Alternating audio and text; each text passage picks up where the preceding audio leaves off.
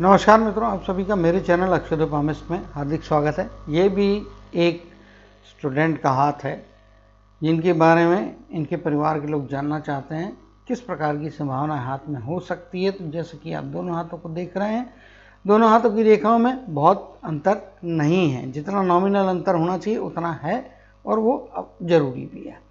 ये तो एक बात हो गई। यहाँ पे जब आप देखेंगे कुछ लोगों के हाथ में हो क्या होता है, यहाँ पे अभी देखिए दोनों ही हाथों में इनकी जो रेखा है वो जीवन रेखा से दूर है। तो ऐसे व्यक्तियों का नेचर 100% इस रेखा का इफेक्ट मिलने वाला है। अभी क्या होता है, कुछ लोगों के हाथ में दाएं हाथ मान लीजिए उनका वर्किंग है, इसमें रेखा अलग है, जबकि बाएं हाथ में आपकी ऐसी जीवन रेखा के अंदर से निकल के जा रही है। तो इसका मतलब क्या होता है, इसमें मिले जुले परिणाम मिलते हैं। जैसे अभी इनके दोनों ही हाथ में जीवन की रेखा से हटके निकल रही है मस्तक की रेखा, तो ये इनको बहुत अच्छा एडमिनिस्ट्रेटर बनाएंगी। आदेशात्मक रवैया भी रहेगा, प्लस क्या है, अच्छी एडमिनिस्ट्रेशन की स्किल्स हैं, अच्छे रूल्स एंड रेगुलेशन अप्लाई खुद मानने की और दूसरों के ऊपर में अप्लाई करके उनसे मनवाने की अच्छी कैपेबिलिटी है। इसका मतलब ये एक अच्छे लीडर साबित हो सकते हैं किसी भी ग्रुप के। लीडर मतलब पॉलिटिकल लीडर की बात नहीं कह रहा हूँ, एज ए फंक्शनल लीडर बहुत अच्छी क्वालिटीज रहेगी, इसमें कोई दुमत नहीं है। लेकिन जब आदेशात्मक रवैया होता है तो अनजाने में आदमी ये एक्सपेक्ट करता हर आदमी उसकी सुनेगा, तो हर आदमी नहीं सुनता है ये दुनिया में, ये तो पक्का मान के चलिएगा।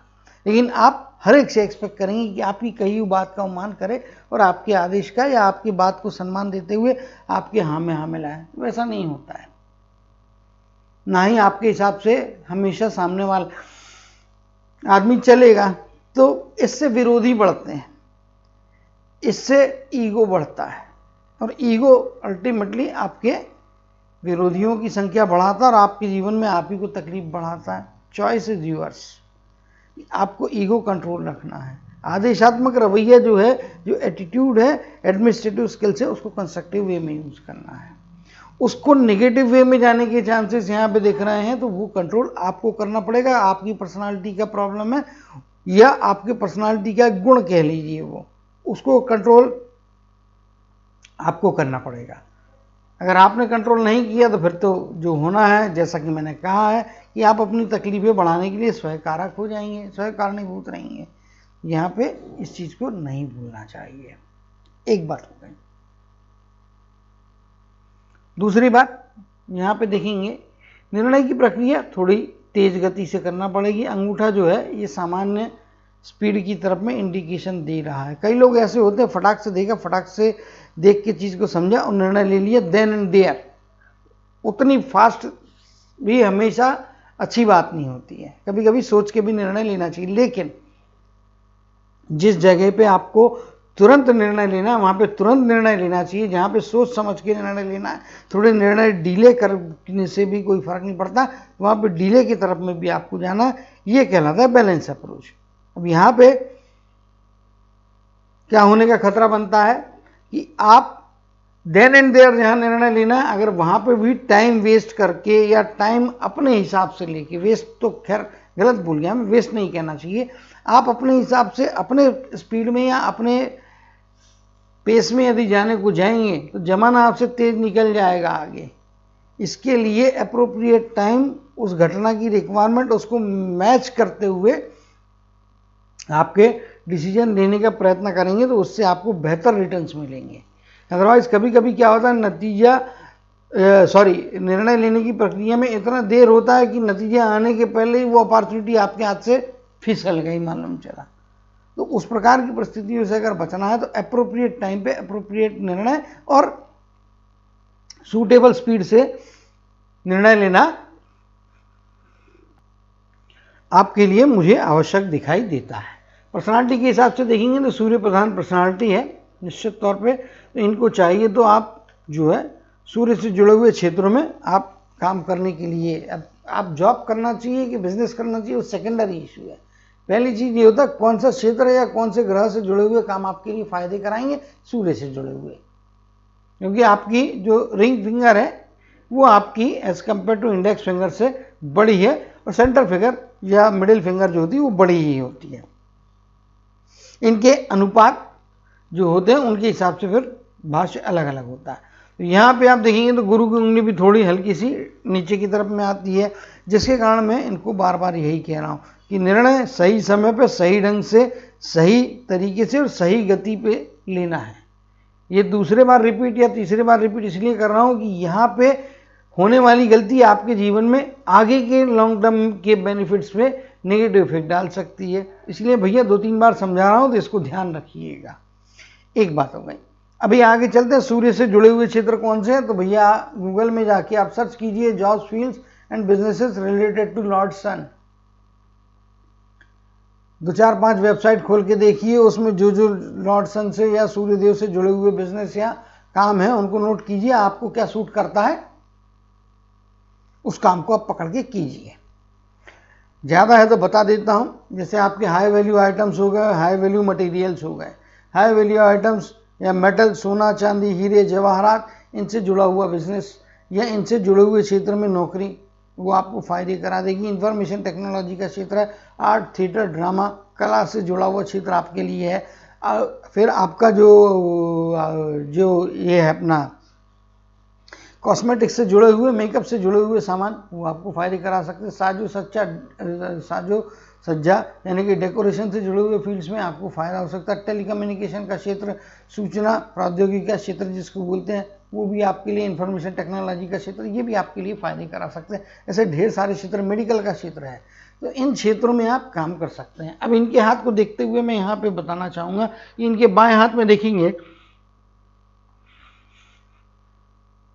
स्पष्ट तौर पे ये रेखा बन रही है, राहु के ट्रायंगल को खत्म कर रही है, जो इनको बिजनेस और नौकरी दोनों की इक्वल महारत प्रदान कर सकती है। लेकिन आप जब इस हाथ में आ जाते तो ये रेखा क्लोजिंग वाली उतनी स्पष्ट यहाँ पे नहीं बन रही है, जिसके कारण मैं यहाँ पे कहूँगा इनको जॉब करना ज़्यादा फायदे की स्थितियाँ रहेंगी। अभी आज की डेट में ये जो है, अगर रेखा आगे जाके यहाँ पे ये बेस वाली रेखा यदि डार्क हो जाती है, ये वाली रेखा डार्क होती है, फिर उस केस में बिजनेस इनके लिए ज़्यादा बेहतर होगा। लेकिन वर्किंग हैंड के हिसाब से, राइट हैंड के हिसाब से, जो इनके हाथ में है, जो इनके कर्मों पे निर्भर करता है जो हाथ, उसके मुताबिक इनको जॉब करना चाहिए। बिजनेस से उतने लाभ नहीं होंगे।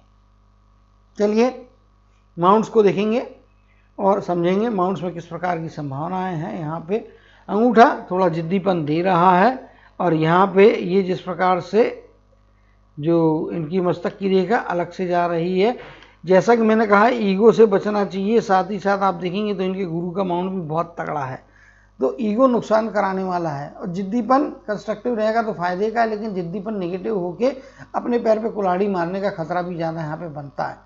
वो दोनों चीज़ों पे कंट्रोल करना है। नेगेटिव बातें मैं पहले इसलिए बता रहा हूँ कि आदमी को नेगेटिव चीज़ों से बचना चाहिए। पॉजिटिव चीज़ तो अपने आप आते रहेगी, होते रहेगी, समय से आपको परिणाम दे देगी, लेकिन नेगेटिव चीज़ का होने वाला नुकसान या उससे होने वाली ऐसी कोई घटना जो आपको लॉन्ग टर्म में नुकसान ना करा दे, इसके लिए नेगेटिव बातें ज़्यादा डीपर तरीके से मैं बताने का प्रयत्न करता हूँ। एक वक्त कोई अच्छा या पॉजिटिव पॉइंट छूट जाए कोई तकलीफ नहीं, लेकिन नेगेटिव पॉइंट आपका नहीं छूटना चाहिए, मेरा कोशिश यही होता है। चलिए गुरु का माउंट देखेंगे तो गुरु का माउंट अपने आप में अच्छा माउंट है जो इनको फायदे कराएगा।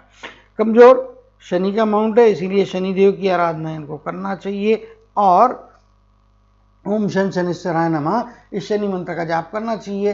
ये चाहे तो कल से भी कर सकते हैं, नहाने के पश्चात से एक माला 108 की जो होती वो पढ़े करें शनि मंत्र का जाप। स्फटिक की माला हो, रुद्राक्ष हो, मोती की हो, लड़ियों की हो, कोई भी हो, जाप करने की माला लीजिए। ओम शन शनिश्चराय नमः इस शनि मंत्र का जाप पूरी श्रद्धा के साथ में और पूरे आत्मीयता के साथ में करेंगे तो लॉन्ग रन में आपको बेनिफिट मिलेगा। इस शनि देव आपके कर्म के कारक होते हैं, आपके भाग्य के कारक होते हैं, क्योंकि कर्म से ही भाग्य बनता है और भाग्य से ही फिर पैसा बनता है। इसीलिए एक्चुअली शनि रेखा को लोग भाग्य की रेखा बोलते हैं और भाग्य की रेखा को कुछ लोग पैसे की रेखा बोलते हैं, जबकि वो पैसे की रेखा नहीं है, वो आपके कर्मों की रेखा होती है। और उस कर्म की रेखा से आपके अच्छे कर्म यदि आप चल के जाते तो आपका भाग्य निर्धारित होता, भाग्य निर्धारित होता तो उससे पैसे की आवक निर्धारित होती है। इसीलिए उसको शनि की रेखा कहते हैं प्रिंसिपली, लेकिन लोग प्रैक्टिकली उसको धन की रेखा बना दिए हैं, जबकि वो एक्चुअल में धन की रेखा नहीं है। चलिए शनि का जो है, इसके अलावा हर शनिवार को आप जो है शनि के मंदिर में जाइए, और शनि का मंदिर ना हो तो हनुमान जी के मंदिर में जाइए, और हनुमान जी के मंदिर में जाके वहाँ पे तिली का तिल, काली तिल और काली उड़द अर्पण करें, और साथ में कपास के पेड़ के पत्तों की माला। अगर शनिदेव का मंदिर आपके शहर में ना हो तो हनुमान जी के मंदिर में जाइए, हनुमान जी को सारी चीज़ें अर्पण कीजिए, उससे आपको लाभ होगा। सूर्य के माउंट की तरफ में आएंगे तो सूर्य का माउंट कंपैरेटिवली आप देखेंगे तो शनि के कंपैरिजन में इसका स्प्रेड कुछ ज़्यादा है। यहाँ पे आप देखिए ये ऊंचाई का स्प्रेड जो है, उभार का प्रसार जो है वो ज़्यादा है, और बुध का माउंट इनका अच्छा है, तो ये प्रोफेशन की समझ बहुत तगड़ी रहने वाली, इसमें कोई दो मत नहीं है।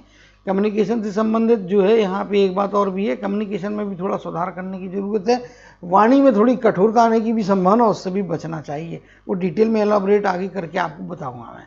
यहाँ पे अभी चलेंगे मंगल के धनात्मक क्षेत्र को देख लेते हैं। मंगल का धनात्मक क्षेत्र इनको एवरेज से थोड़ा बेहतर है। फाइटिंग स्पिरिट निश्चित तौर पे एक्स्ट्रा ऑर्डिनरी नहीं है, लेकिन फाइट करने की क्षमता निश्चित तौर पे अच्छी यहाँ पे दिखाई दे रही है।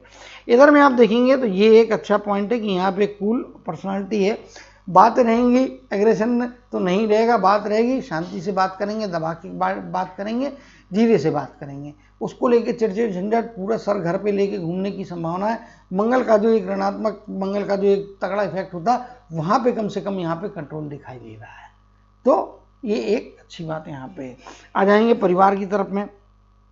यहाँ पे आप देखेंगे तो इस प्रकार से पारिवारिक जीवन में जो है शुरुआती दौर में, खासतौर पर वैवाहिक जीवन में कुछ परिवार को लेकर चिंताएं हो सकती हैं, एक बात रहेगी।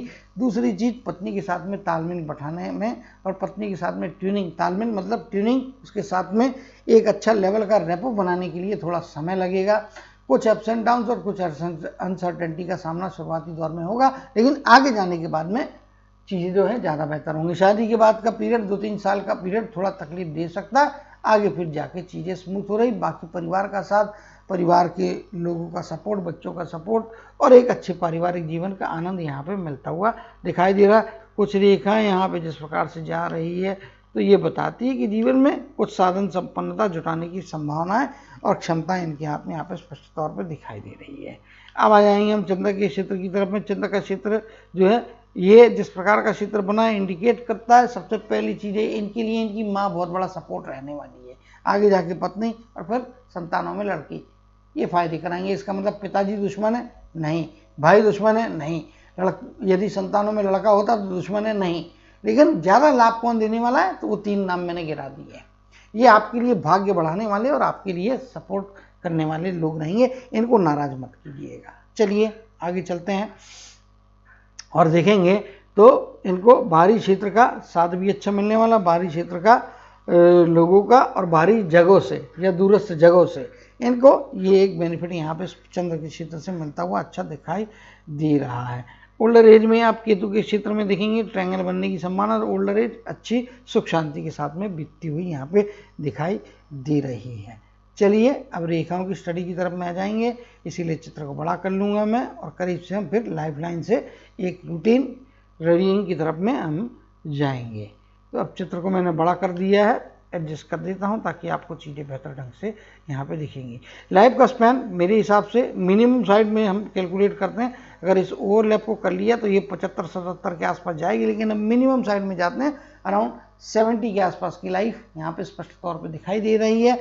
ये मैं 70 मिनिमम इसलिए बोल रहा हूँ कि यहाँ पे भी आप देखेंगे तो ये गैप है, यहाँ पे लैपिंग के साथ में कनेक्शन नहीं है, तो इसके कारण में गैप के कारण में यहाँ पे जो है हम लोअर साइड मिनिमम साइड यानी 70 के आगे की लाइफ जो बोनस मानिएगा मिलेगी, 75 के आसपास की लाइफ मेरे को लग रही है। लेकिन निश्चित तौर पे यहाँ पे एक चीज़ बताना चाहूँगा मैं स्पष्ट तौर पे कि यहाँ का जो पीरियड है ये जो है स्पेशली 67 से 70 का पीरियड जो है, यहाँ पे थोड़ा स्वास्थ्य के मामले में केयरफुल रहिएगा। यहाँ पे स्वास्थ्य में गिरावट दिखाई दे रही है क्लियर कट, और स्वास्थ्य में गिरावट के साथ साथ में जो है मतलब उससे आपको एक क्या होगा, शारीरिक क्षमताएं तो कम होगी ही होगी, लेकिन कुछ आपको जीवन में रिस्ट्रिक्शन आ जाएंगे, हेल्थ के कारण में मूवमेंट्स में रिस्ट्रिक्शंस आ जाएंगे, आपका स्टेमिना गिर रहा है। लेकिन ओल्ड एज है भैया, हमारा खान पान हमारा वातावरण तो ऐसा 55 के बाद में धीरे धीरे समस्याएं शुरू होती है।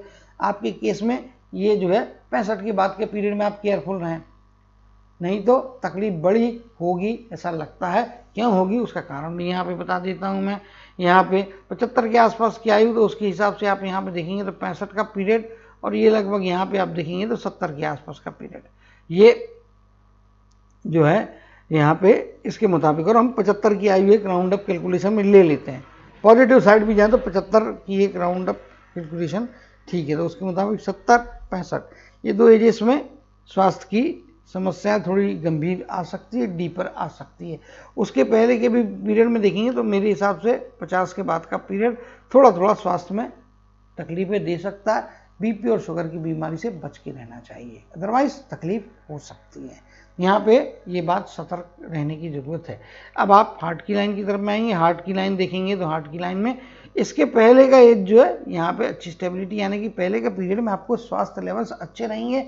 सिर्फ आपको 50-52 की एज के बाद से धीरे धीरे केयरफुल रहना है शुगर और बीपी को लेके, खास तौर पे ब्लड सर्कुलेशन से रिलेटेड जो प्रॉब्लम्स हैं उनको आप निगलेक्ट मत कीजिएगा, चाहे बीपी हो जाए चाहे शुगर हो जाए, ये दो चीज़ें संभाल के रखने का ये होने की संभावना दिखती है 50-52 की एज के बाद के पीरियड में।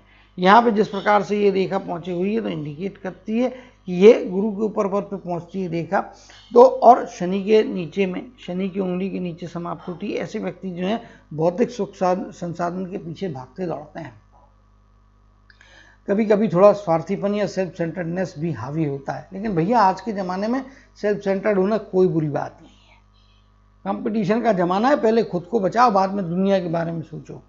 समय रहता है तो सब दुनिया के लिए करना, पहले अपना कर लो, पहले अपने को प्रोटेक्ट कर लो, ये कोई गलत नहीं है। उसकी अतिशयोक्ति से बचें कि कोई आदमी आपको ये ना बोलने लगे बहुत मतलब ये है यार, इससे दूर रहने का, इस प्रवृत्ति की से जो है उसको आपको थोड़ा कंट्रोल करना पड़ेगा, इससे बचना पड़ेगा।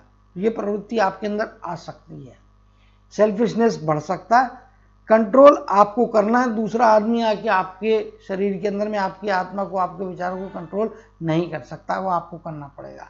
कहाँ प्लस है कहाँ माइनस है उसके हिसाब से कहाँ आपको कंट्रोल बढ़ाना वो मैं बता रहा हूँ। बाकी मानना ना मानना और उसके ऊपर में इम्प्लीमेंट करना कर्म आपके हाथ में, वो दूसरा कोई आपसे करवा भी नहीं सकता है।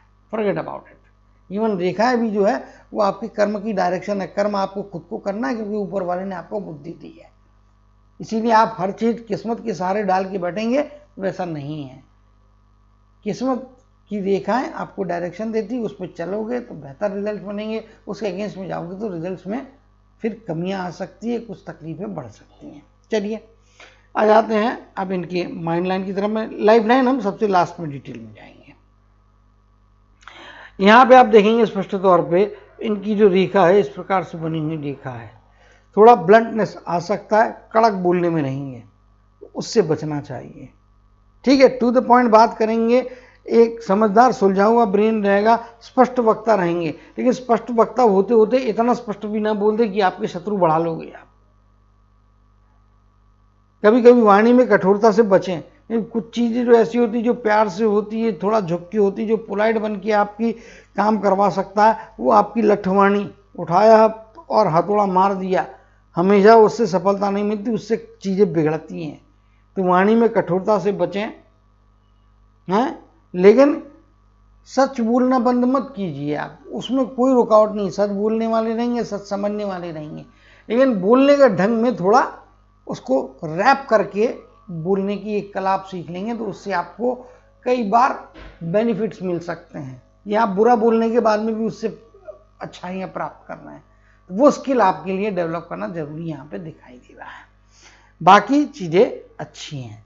कर्म की रेखा की बात करेंगे, यहाँ पे कर्म की रेखा इस प्रकार से जा रही है, ये रेखा यहाँ से भी निकल के जा रही है, और जिस प्रकार से यहाँ पे ये रेखा बन के जा रही है ये इंडिकेट करती है, जैसा कि मैंने बोला, दूरस्थ जगह का क्षेत्र। और इनको एक बात और बताना रह गई, इनका जो लाइफ लाइन है वो दोनों ही हाथों में देखेंगे तो शुक्र के माउंट से दूर जा रही है। और अगर हम लैपिंग को भी यहाँ पे कंसिडर कर लें तो ये इनको जन्म स्थान से और पैतृक स्थान से, अगर जन्म स्थान अलग होगा, जैसे इनकी नाना जी की यहाँ इनकी माँ गई होगी और उधर पे जन्म स्थान अलग होता है, तो जन्म स्थान और जहाँ पे बाद में जन्म स्थान के बाद में वहाँ से आप अपने पिताजी के साथ में शिफ्ट होते तो आपको पैतृक स्थान, इन दोनों जगह पे आपको प्रोग्रेस नहीं मिलेगा। इन दोनों जगह से जितना दूर रहेंगे, जितना दूर जाएंगे, उतना आपको फायदा मिलेगा। तो घर से अति दूरस्थ जगह जाना फायदे भी कराएगा, प्रोग्रेस भी देगा। तो भैया याद रखिएगा इस चीज को। कर्म की रेखा है, बताती है कि जीवन में 20-21 के आयु के पीरियड से, या राउंड अप में कहो तो अराउंड 20 प्लस 1 और 2 ईयर्स हो सकता है, लेकिन माइनस नहीं होगा।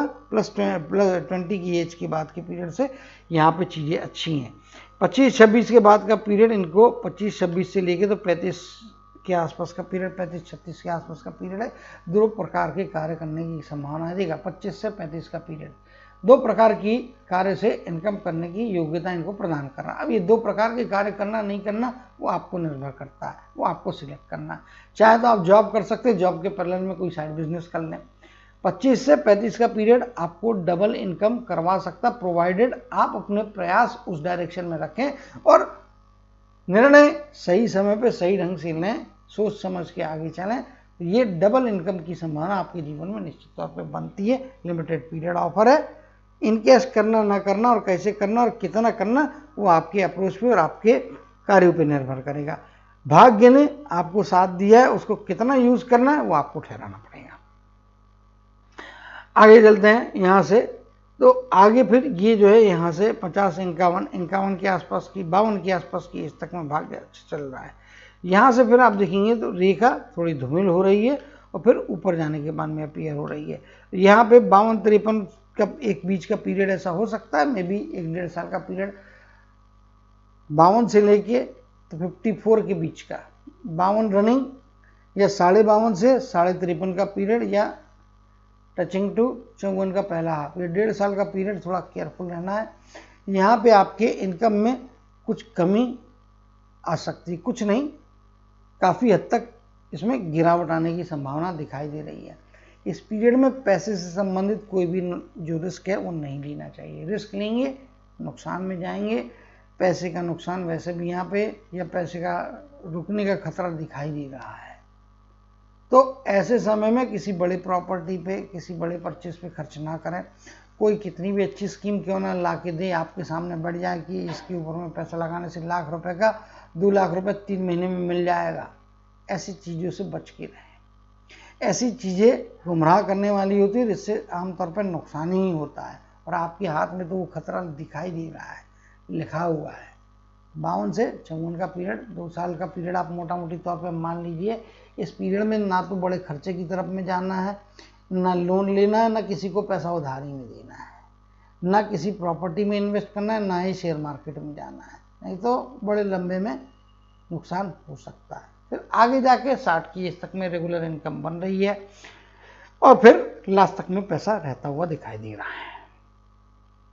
सूर्य का क्षेत्र बताता है कि सूर्य के क्षेत्र में आपको ओल्डर एज में, जैसे केतु की तरफ से भी दिख गई है चीज़ें, ओल्डर एज में चीज़ें ज़्यादा अच्छी है। 55 के आसपास के पीरियड, 56 में गलत बोल गया, 54 या 55 के आसपास के पीरियड से सूर्य की रेखा इफेक्टिव हो जाएगी। तो फिर ये जीवन के आखिरी क्षण तक आपको मिल रही है सूर्य की सुनहरी रोशनी। ये क्या करती है, आपके जीवन को आसान बनाती है। 10 का काम किया, 20% लाभ के हिसाब से 12 मिलना चाहिए, तो 12 के बदले में आपको 12.5 दिला सकती है, 14 दिला सकती है, 13 दिला सकती है, 15 दिला सकती है। वो जो एक्स्ट्रा रोशनी होती है या जो एक्स्ट्रा क्रीम मिलता है वो सूर्य देव की कृपा से मिलता है। तो वो चीज़ 55 के बाद के जीवन में आ रही है, यानी कि ओल्डर एज सुख और शांति से भरी अच्छी रहने वाली है, जो आपको फायदे कराएगी। अब जो है यहाँ पे हम लाइफ लाइन की तरफ में जाने के पहले, जो आदमी का हमेशा सबकी चाहत होती है, तो ये आपकी माइंड की लाइन बन गई। ये आपकी प्रोफेशन से जुड़ी हुई केतु की लाइन है, लेकिन काफ़ी वीक है। इसके लिए पैसे को रोक के रखने के लिए मेहनत करना पड़ेगी। पैसा तो कमा लेंगे, इसमें कोई दो मत नहीं है, पैसा कमा भी लेंगे, पैसे के द्वारा आपको जो है अच्छी प्राप्तियाँ करेंगे, इसमें कोई दो मत नहीं। लेकिन उसको सेविंग अकाउंट में रोकना है, बैंक में बैलेंस बना के रखना, तो भैया बुद्धिमानी का यूज़ कीजिए। लॉन्ग टर्म के इन्वेस्टमेंट कीजिएगा। शॉर्ट टर्म के जो है शेयर मार्केट में डाल के 10 दिन में पैसा बन जाएगा, वो स्कीम से दूर रहिएगा, नहीं तो नुकसान कराएंगे। शेयर मार्केट से लाभ नहीं होगा, बच के रहना चाहिए। और लॉन्ग रन के 10 साल, 15 साल, 25 साल वाली स्कीम में पैसा डालिए। ओल्डर एज में भी जाने के बाद में आपको पैसा दिलाएगी। क्यों दिलाएगी? ये रेखा जो बन रही है ना, ये आपको ओल्डर एज में जाके पैसा दे रही है। इससे आपको लाभ होंगे, मल्टीपल लाभ होते हुए यहाँ स्पष्ट तौर पर दिखाई दे रहे हैं। चलिए अब जो है यहाँ पे चलेंगे, लाइफलाइन की तरफ में लौट के आएंगे। यहाँ पे देखेंगे किस प्रकार की संभावना है। लाइफलाइन शुरुआती तौर से ये एक समझदार व्यक्ति नहीं है। 10वां वर्ष इंपॉर्टेंट वर्ष, यहाँ से कुछ बेहतर दिमाग की एक्टिविटीज़ होगी। 15वें वर्ष का पीरियड, यहाँ पे थोड़ा केयरफुल रहने की ज़रूरत है। कुछ इमोशनल डिसअपॉइंटमेंट्स होते हुए यहाँ पे दिखाई दे रहे हैं, लेकिन संभल जाएंगे। लाइफलाइन की अपनी स्ट्रेंथ है जो आगे ले जाएगी। 22-23 वर्ष के 21 का पीरियड है, 22-23 तो मैं गलत बोल गया, 21 के आसपास का पीरियड इमोशनल सेटबैक दे सकता है, संभाल के रहने की जरूरत है। यहाँ पे जिस प्रकार से देखा जा रही है, कन्वर्ट मैं कर देता हूँ तो 23 या 24 की आयु, 24 की आयु कहना उचित होगा, 23 नहीं 24 की आयु यहाँ पर प्रोफेशनल शुरुआत की तरफ में आपको ले जा रही है। इसके पहले भी आप देखेंगे तो ये एक 20 के आसपास का भी पीरियड है, कभी खुशी कभी गम, बहुत हल्की रेखा है। 20 कहिए या 21 कहना ज़्यादा उचित होगा कि यहाँ पे आ रही है ये 21 का पीरियड। अगर 21 का पीरियड आप मिस कर जाएंगे तो उस केस में फिर आपको जो है 24 के आसपास की एज है, यहाँ पे प्रोफेशनल कैरियर की शुरुआत मिलती हुई स्पष्ट तौर पे दिखाई दे रही है। आगे चलेंगे, 28-29 के आसपास का पीरियड, छोटी सी अगली अपॉर्चुनिटी जंप मारने का मौका देती हुई दिखाई दे रही है। 32 या 33 का पीरियड और फिर यहाँ पे लगभग 32 और 34 का पीरियड, ये दो पीरियड्स में इमोशनल सेटबैक्स मिल रहे हैं। कोई ना कोई हिंड्रेंस आएगा जो आपके जीवन की प्रोग्रेस की रफ्तार को यहाँ पे धीमा कर रहा है या रोकता हुआ दिखाई दे रहा है। 34 और 32 ये दो एजेस में केयरफुल रहना है, पैसे की रिस्क नहीं लेना है, नहीं तो फिर तकलीफ खड़ी हो जाएगी। यहाँ पे इन दो आड़ी रेखाओं के बाद में अगला, ये अगर 34 की बात कह रहा हूँ, 32 और 34, तो यहाँ पे 35 के आसपास का पीरियड है। थोड़ी मेहनत करना पड़ेगी, मशक्कत करना पड़ेगी, क्योंकि अपॉर्चुनिटी की लाइनें इनकी बहुत तगड़ियाँ मजबूत नहीं है, चाहे वो ये वाली लाइन हो चाहे ये वाली लाइन हो, और वो लाइफलाइन से थोड़ी डिस्टेंस बना रही है। तो ऐसे में आपको झुक के कूद के पकड़ना पड़ेगी अपॉर्चुनिटी। आसानी से चीज़ें हाथ में आई और हो गई, बटन दबाया लाइट जल गई, ऐसा नहीं होगा भैया। आपको लाइट जलाना है तो पहले केबलिंग करना पड़ेगी, जनरेटर या बिजली का कनेक्शन लेना पड़ेगा, मीटर लगवाना पड़ेगा, उसके बाद में लाइट चालू होगी। ये आपकी लाइफ में ऐसा होने वाला है। तो आपको मेहनत करना पड़ेगी, अपॉर्चुनिटी को खींचना पड़ेगा, उसके ऊपर में डेडिकेटेड होकर पूरा आपको अपनी तरफ से ईमानदारी से प्रयास करने होंगे, तब आपको सफलताएं और आगे जाने के अवसर प्राप्त होंगे। जैसा कि मैंने बोला कि बल्ब जलाया और लाइट जल गई, वो चीज़ आपके जीवन में होगी तो 45वें वर्ष के आसपास में होगी। 45 की एज जीवन में चेंजिंग एज रहेगी, ये गेम चेंजर एज रहने वाली है। इस पीरियड में बड़ी कोई प्राप्ति होगी जो आगे आने वाले जीवन में आपको लंबे दूर समय के हिसाब से जो है बेहतर संभावनाएं दे देंगी। आप 55 की एज में चाहें तो बाहर के देश में जाके या बाहरी व्यक्ति के द्वारा किसी बड़ी उपलब्धि को प्राप्त कर सकते हैं। इस पीरियड में बाहरी व्यक्ति यदि कोई आपको आइडिया देते, कोई चीज़ों को इम्प्लीमेंट करने बोलते हैं, अवश्य तौर पे आप उनका साथ में मिलकर फाइनेंशियल कोई रिस्क ले सकते हैं। स्पेसिफिक 12 महीने का पीरियड ये है। 55 की रनिंग आयु, 54 कंप्लीट करके 55 में जा रहे हैं, 55 से 56 की तरफ में जाते हुए जो 12 महीने रहेंगे उस पीरियड में आप एक ये चीज़ कर सकते हैं। पार्टनरशिप भी आपको ऑफर होती तो कर सकते हैं। ओल्डर एज में जाने के बाद में भी जीवन में पैसा आता हुआ स्पष्ट तौर पर दिखाई दे रहा है। 58 से लेके तो यहाँ पे लगभग जो है 69 की एज है, 10-11 साल का पीरियड है। इसमें परिवार के लोगों का, बाहरी लोगों का साथ भी बहुत अच्छा मिलेगा। एक्सीलेंट पीरियड रहेगा आपके जीवन का, लाइफ एंजॉय करेंगे आप। ओल्ड एज में जाने के बाद में, रिटायरमेंट के बाद में आप लाइफ एंजॉय करेंगे। और मेरे हिसाब से जैसा कि मैंने बोला है, नौकरी के लिए बना हुआ हाथ है तो ज़्यादा फायदा है। तो 60 में रिटायरमेंट होता है। बाकी जो है आगे का जीवन वो अच्छा रहेगा। परिवार की तरफ से यदि आप देखेंगे तो बच्चों का साथ, पत्नी का साथ, समाज का साथ वो अच्छे दर्जे का यहाँ पे स्पष्ट तौर पे मिलता हुआ दिखाई दे रहा है। तो अगर आप मुझसे पूछेंगे हाथ कैसा है, हाथ एक कर्मशील हाथ है और साथ में भाग्य का साथ भी यहाँ पे अप्रोप्रिएट मिलता है। सिर्फ कुछ एरियस हैं जो है मैंने बताया 52-54 के आसपास का पीरियड, यहाँ पे थोड़ा केयरफुल रहना है। इसी प्रकार से जो मैंने बोला है इनको कि ओल्डर एज में यहाँ पे जा रहे हैं तो यहाँ पे 65 और 70 के आसपास का पीरियड में आपको स्वास्थ्य का ख्याल रखना है। यहाँ पे दो मौके ऐसे जो आपको हॉस्पिटलाइजेशन और सर्जरी की तरफ में, ऑपरेशन की तरफ में ले जाने की संभावना है। 90% मुझे यहाँ पे दिखाई दे रही है और 10% वो समय के पास में पहुँचते पहुँचते ऑटोमेटिक ऐड होके चीज़ें एक्टिवेट हो जाती है। तो वहाँ पे थोड़ा आपको देखना है। और अपने घर से जितना ज़्यादा दूर रहेंगे, जितने ज़्यादा डिस्टेंस पे रहेंगे, वो इनको लाभ की स्थितियाँ मिलेंगी। ओल्डर एज में जाने के बाद में जैसे कि मैंने बताया है कि ओल्ड एज में भी पैसा मिलेगा, तो बच्चों की तरफ से आता है, बैठ के पैसा कमाने की क्षमता जो भी है वो आप अपनी यूटिलाइज कर सकते हैं। लेकिन लॉन्ग टर्म के जो इन्वेस्टमेंट है वो करना ना भूलें, उससे आपके ओल्डर एज में एक एडिशनल इनकम का जरिया बनता हुआ दिखाई दे रहा है। तो निश्चित तौर पे और सेफ एंड सिक्योर वे में करें, लीगल वे में आप इन्वेस्टमेंट करें। कोई भी इलीगल चीज़ आपको महंगी पड़ सकती है, तकलीफ में डाल सकती है, खास तौर पे दूरस्थ जगह पे जाने के बाद में किसी भी नियम कानून को ना तोड़े, वरना मुश्किलात की स्थितियाँ बन सकती हैं। उम्मीद करता हूँ इन सारी चीज़ों को आप याद रखेंगे और इनको इम्प्लीमेंट करते हुए जहाँ केयरफुल रहना वहाँ पे केयरफुल रहें। जहाँ पे आपके लिए समय अच्छा, अपॉर्चुनिटी का समय मैंने बताया है, उस पीरियड में आप अधिक से अधिक मेहनत डाल के आप जंप मारने का प्रयत्न करें, तो आप अच्छी सफलताओं को, अच्छे धन को, अच्छे सेटिस्फैक्शन को, अच्छे सामाजिक और पारिवारिक लाइफ को एंजॉय कर सकते हैं।